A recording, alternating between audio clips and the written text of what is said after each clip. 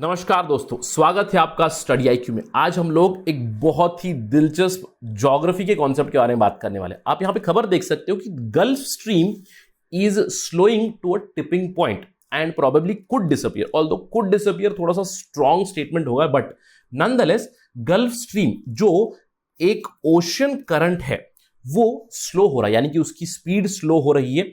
ये बताया गया है एक रिसर्च द्वारा। तो आज हम लोग इस पर्टिकुलर डिस्कशन में सबसे पहले जानेंगे ओशन करंट्स होते क्या है, विश्व के मेजर ओशन करंट्स के बारे में मैं आपको बताऊंगा, और फिर हम लोग चलते हैं गल्फ स्ट्रीम की रिसर्च के ऊपर और देखते हैं कि क्या एग्जैक्टली फाइंडिंग है, और अगर ये स्लो डाउन हो रहा है तो कैसे इसको इन्होंने स्टडी किया और इस स्लो डाउन के इफेक्ट्स आगे चल के क्या हो सकते हैं, ये सब जानेंगे इस पर्टिकुलर वीडियो में। So stay tuned with me, I am your friend Rahul Saigaonkar. आप मुझे फॉलो कर सकते हैं @राहुल साई 222 के ऊपर। मेरा फेसबुक, इंस्टाग्राम और टेलीग्राम चैनल का आईडी सेम है। इसके अलावा अगर आप यूपीएससी सिविल सर्विस एग्जामिनेशन की तैयारी कर रहे हो तो सुनहरा मौका है आपके पास, घर बैठे सेफली आप प्रिपेयर कर सकते हो हमारे स्मार्ट कोर्स के साथ।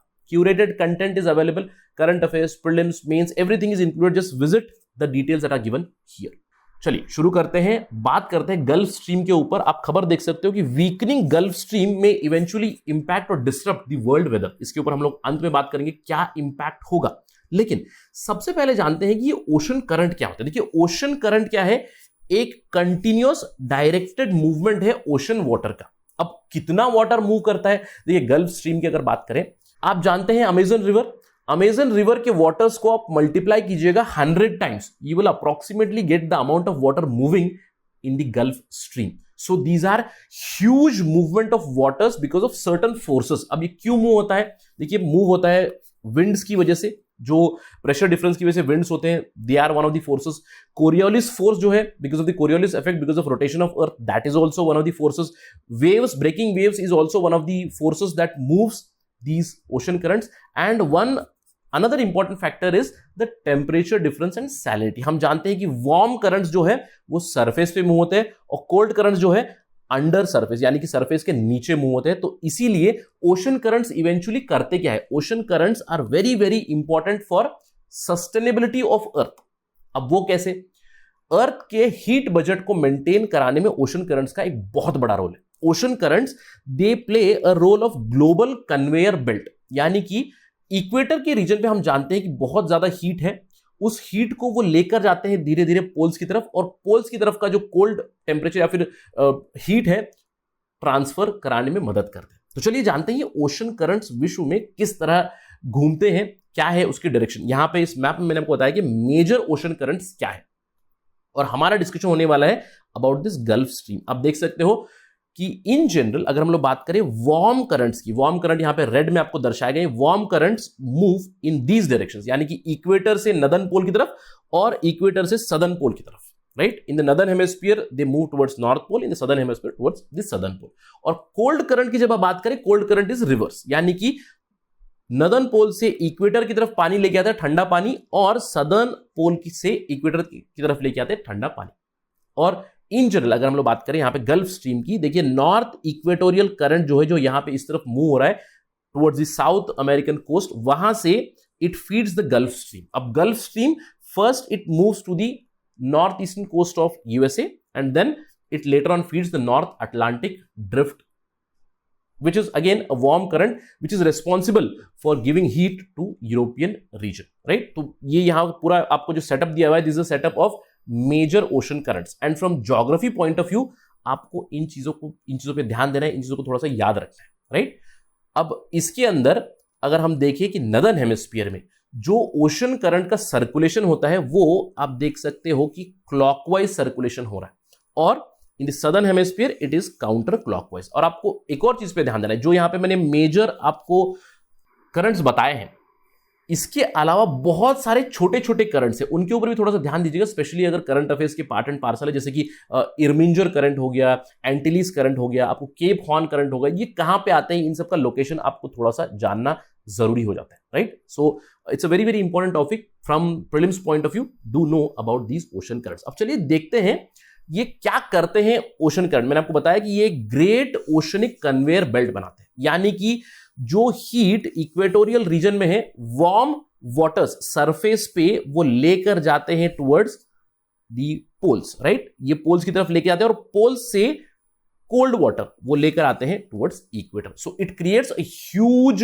Great ocean conveyor belt which eventually helps in maintaining the heat budget of earth. और अगर मैं गल्फ स्ट्रीम की बात करूं, देखिए गल्फ स्ट्रीम की मूवमेंट मैंने आपको बताई, this is courtesy of NASA. It moves, it goes to the eastern coast of USA and eventually reaches Europe and then it turns back. तो इसीलिए इसको कहा जाता है AMOC भी, एंटी मेरिडियनल ओवरटर्निंग सर्कुलेशन भी कहा जाता है इस पर्टिकुलर गल्फ स्ट्रीम को. देखिए मैंने आपको बताया गल्फ स्ट्रीम इसको फीड करता है नॉर्थ इक्वेटोरियल करंट और eventually moves from the North American coast and feeds the North Atlantic drift here, right. And eventually मैंने आपको बताया ओवरटर्न, तो इसीलिए एक सर्कुलेशन बनता है और जो सर्कुलेशन होता है इसको कहते हैं gyres. That's why I told you gyres are clockwise in the northern hemisphere and counter clockwise in the southern hemisphere. लेकिन इसके ऊपर जो रिसर्च हुआ है रिसेंटली, ये तो होगी गल्फ स्ट्रीम की बात है, इसके ऊपर जो रिसर्च हुआ है रिसेंटली, उस फाइंडिंग के अनुसार उन्होंने देखा है कि गल्फ स्ट्रीम इज वीकनिंग, यानी कि इसकी स्पीड वीकन हो रही है, पानी लेके जाने की कैपेसिटी वीकन हो रही है. किसने बताया ये? According to a new study which has been published in Nature Geoscience. Scientist Britain, Germany, Ireland के मिलकर उन्होंने रिसर्च किया है और कहा है कि पिछले 1600 सालों में this is the weakest that the gulf stream is moving. अब इन्होंने ये कैसे बताया? देखिए उन्होंने प्रॉक्सी डेटा स्टडी किया, मेनली जो आइस कोर होती है, ओशन सेडिमेंट्स होती है, कोरल्स होती है, जो इफेक्ट होती है ओशन करंट से, उसको स्टडी किया. इसके अलावा एक और मेन स्टडी डेटा था उनका हिस्टोरिकल डेटा. हिस्टोरिकल डेटा मतलब लॉग्स, यानी कि कई सालों से, यानी कि hundreds of years back if you see the ship data, कि शिप किस स्पीड से मूव हो रही है, अगर एक्स पॉइंट से निकली है और वाई पॉइंट पे पहुंची तो कितना डिस्टेंस लगा, क्योंकि उसमें भी ओशन करंट हेल्प करता है कि ocean current help the ship to move also, right. तो इस हिस्टोरिकल डेटा के ऊपर भी उन्होंने रिकंस्ट्रक्ट किया है कि गल्फ स्ट्रीम की स्पीड क्या हुई है, और उन्होंने बताया कि gulf stream is weakening, it is slowing down. जिस रेट पे वो पहले मूव करता था अभी उससे कम मूव कर रहा है, specially since the 20th century. There has been unprecedented shift or slowdown that has been seen in the Gulf Stream. अब सवाल ये उठता है कि स्लोडाउन हुआ है, राइट, तो कब से होने लगा है? तो रिसर्चर्स ने ये बताया कि गल्फ स्ट्रीम AKA यानी कि ऑल्सो नोन एज AMOC, मैंने आपको बताया अटलांटिक मेरिडियनल ओवरटर्निंग सर्कुलेशन, ये काफी स्टेबल था टिल 19th century, लेकिन 1850 के बाद धीरे धीरे इसको डिक्लाइन होना शुरू हुआ और 1950 के बाद बहुत ही ज्यादा स्लो डाउन हुआ है, ये कहा गया है रिसर्चर्स द्वारा. अब सवाल ये उठता है अगर स्लो डाउन हो रहा है तो क्यों हो रहा है? Again the reason for this is anthropogenic factors. Global warming and climate change are responsible, are likely responsible for this which has been told by researchers. In fact इसके ऊपर अभी भी काफी रिसर्च चल रही है. उन्होंने ये कहा है कि जो अटलांटिक ओवरटर्निंग होती है, यानी कि AMOC है, गल्फ स्ट्रीम जो है, it is triggered by what? It is triggered by density differences of ocean water. जो वार्म वाटर होता है और सॉल्टी वाटर होता है वो साउथ टू नॉर्थ मूव करता है. साउथ टू, जब यहां पे साउथ लिखा गया है, you need to understand this from equator, यानी कि इक्वेटर से नदर्न साइड मूव करता है, जहां पे ये कूल डाउन होता है और कूल डाउन होकर वो पानी नीचे आता है, राइट. और जब कूल डाउन होता है तो वो हैवी होता है और नीचे चला आता है. तो मैंने आपको कहा कि warm water move on the surface and cold water move under the surface. इससे एक सर्कुलेशन मैकेनिज्म बन गया. लेकिन ग्लोबल वार्मिंग की वजह से क्या हो गया? ग्लोबल वार्मिंग से रेनफॉल एरेटिक हो चुका है, रेनफॉल ज्यादा हो चुका है, मेल्टिंग ऑफ आइस कैप्स बहुत ज्यादा हो रहा है, जिसकी वजह से पानी का इन्फ्लक्स ज्यादा हो रहा है. अब इसकी वजह से क्या हो रहा है? सैलिनिटी रिड्यूस हो रही है, डेंसिटी बदल रही है पानी की. तो इसकी वजह से AMOC यानी कि गल्फ स्ट्रीम धीरे धीरे वीकन हो रहा है और पिछले 1600 सालों में this has been the weakest age of now. लेकिन सवाल ये उठता है इससे मुझे क्या? So what? Why should we care about all these things? So we all know climate change and global warming is impacting us very, very adversely. And now it is impacting at a huge scale कि ocean currents which is responsible for heat budget, और अगर ocean currents slow down हो जाएंगे, उनके साथ कुछ बदलाव आएगा तो अर्थ की हीट बजट के ऊपर गड़बड़ हो जाएगा, राइट. अर्थ की हीट बजट में बदलाव आएगा तो उसकी वजह से और भी ज्यादा इंपैक्ट हो सकता है. और ये जो लेटेस्ट क्लाइमेट मॉडल्स बनाए गए हैं उसके तहत अगर ग्लोबल वार्मिंग कंटिन्यू हुआ तो आने वाले 80 सालों में गल्फ स्ट्रीम और भी स्लो हो जाएगा, और भी वीकन हो जाएगा, approximately by 34 to 45% by 2100. And this could be dangerously close to the flow becoming very very unstable, यानी कि ये भी हो सकता है कि ये गल्फ स्ट्रीम इवेंचुअली स्टॉप भी हो जाए। अब इसका परिणाम क्या होगा? देखिए, मैंने आपको शुरुआत में ही बताया था न्यूज में, ocean currents they help in earth heat budget, and if these ocean currents stop और something happens to them, heat budget गड़बड़ा गया, हीट बजट गड़बड़ा गया तो entire weather system of the earth is impacted. लेकिन Gulf Stream की बात करें स्पेसिफिकली, वो क्या करेगा?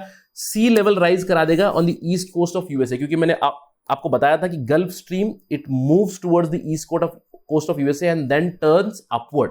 तो अगर स्लो हो रहा है तो पानी जमा होता रहेगा ईस्ट कोस्ट ऑफ यूएसए पे and the sea level will rise eventually. और यूरोप में अगर हम लोग देखिए तो एक्सट्रीम वेदर कंडीशंस बढ़ेंगे, क्योंकि this is a little complicated, क्योंकि स्टॉर्म ज्यादा बढ़ सकती है, हीट वेव ज्यादा बढ़ सकती है, रेनफॉल पैटर्न कम हो सकता है, क्योंकि जो इन्फ्लक्स मिलता है गल्फ स्ट्रीम से नॉर्थ अटलांटिक ड्रिफ्ट को वो इवेंचुअली कम हो जाएगा।